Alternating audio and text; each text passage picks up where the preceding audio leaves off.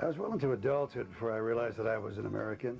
I was born in America and have lived here all my life. But somehow it never occurred to me that being a citizen of the United States meant that I was an American. Americans were people who ate bland, plain food. Me? I was Italian. For me, as I am sure for most second-generation Italian-American kids who grew up in the 50s and 60s, there was a definite distinction drawn between us and them. We were Italians. Everybody else, the Irish, Germans, Polish, Jewish, they were the Americanes. There was no animosity involved in this distinction, no prejudice, no hard feelings. Just, well, you know, they were not like us. Our ways were different. Americans went to the supermarket to buy their food. What a waste. It was their loss. They never enjoyed the pleasure of a fresh, crisp loaf of Italian bread in the morning, or climbing on the back of a peddler's truck and getting something to taste for free. We had the bread man, the fruit man, the vegetable man, the fish man, who all came around our neighborhood. The Americanos didn't have peddlers in their neighborhoods. And when it came to the holidays, the American kids ate ham, turkey, Brussels sprouts, and stuffing. We Italians followed the American traditions, but added antipasto, stuffed artichokes, roasted peppers, stuffed mushrooms, lasagna, manicotti, ziti, and whatever else our parents thought was appropriate for the holiday. All of this was done in great abundance in case someone dropped in, or God forbid there wasn't enough food for everybody to have numerous helpings. And on holidays we feasted from 12 noon to at least 4 or 5 in the evening. The men sat at the table and the women served the food. On the floor next to the table was a gallon of red wine. The wine was poured into 6-ounce glasses that looked like jelly jars. After dinner came an assortment of fruits and nuts and homemade baked goods. Italians truly loved to romance food. Of course, Sunday was truly the big day of the week. That was the day you woke to the smell of garlic and onions frying in olive oil. On Sunday, we always ate macaroni and gravy. The Americanas called it pasta and sauce, but to Italians it was and always will be macaroni and gravy. On Sunday, you went to Mass early in the morning, and you couldn't eat before Mass because you had to receive communion. But after church, we always stopped at Grandma's house to have coffee and biscotta. When we left Grandma's house, we stopped at the bakery for fresh Italian bread. Somehow, by the time we got home, the end of the bread was always missing. When you got home, there were meatballs frying in the oil. Nothing tastes better than fried meatballs and crisp Italian bread dipped into a pot of gravy. There was another big difference between us and the Americanas. We had gardens. Not just flower gardens, but gardens where we grew tomatoes, basil, peppers, arugula, squash, and more tomatoes.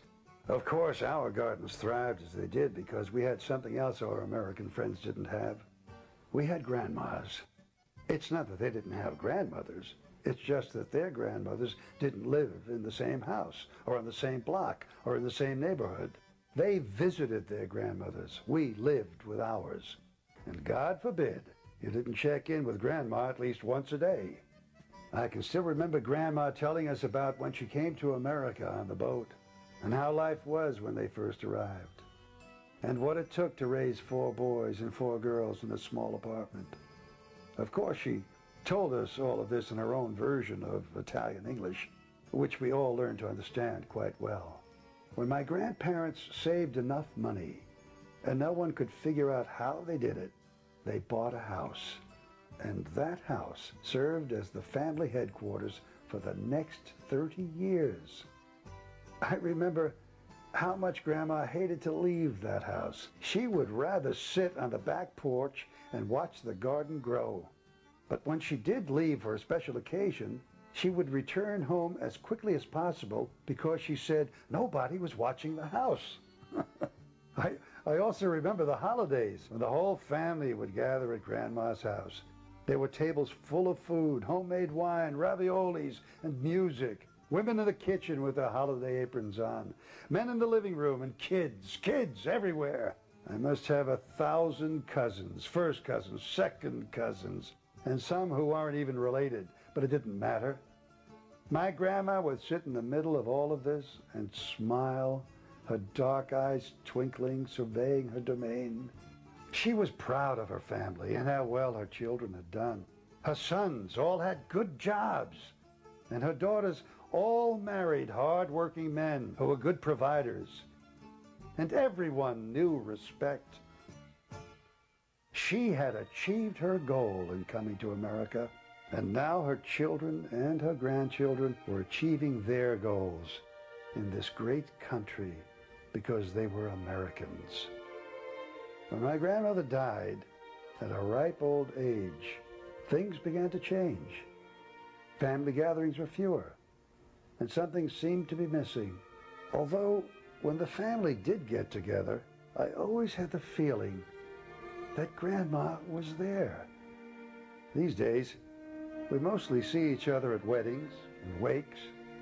Lots of other things have changed, too. The front door on the old house where Grandma lived is now covered by a wrought iron gate. The gardens are gone. The wine cellar is empty. Now, on the holidays, there are no more rounds, visiting family, only occasional trips to the cemetery where my grandparents and many of my uncles and aunts lie. The holidays have changed, too. The great quantity of food we once consumed without any ill effects is supposedly no good for us anymore. Too much starch, too much sugar, too much cholesterol, too many calories. Nobody bakes. Everybody is too busy, and it's easier to get it at the store. The difference between us and the Americanos isn't so easily defined anymore. And maybe that's good. My grandparents were Italians. My parents were Italian-Americans. I'm an American-Italian. And my kids are American-Americans. Oh, I'm American, all right. Just as my grandma would have wanted me to be. But somehow, I still feel Italian. What is it? Maybe it's the culture, the tradition, roots. I'm not exactly sure what it is. But I try to pass it on to my children. Oh, I guess all I do know is that somehow my children have been cheated out of a wonderful piece of their great Italian heritage. They never knew my grandma.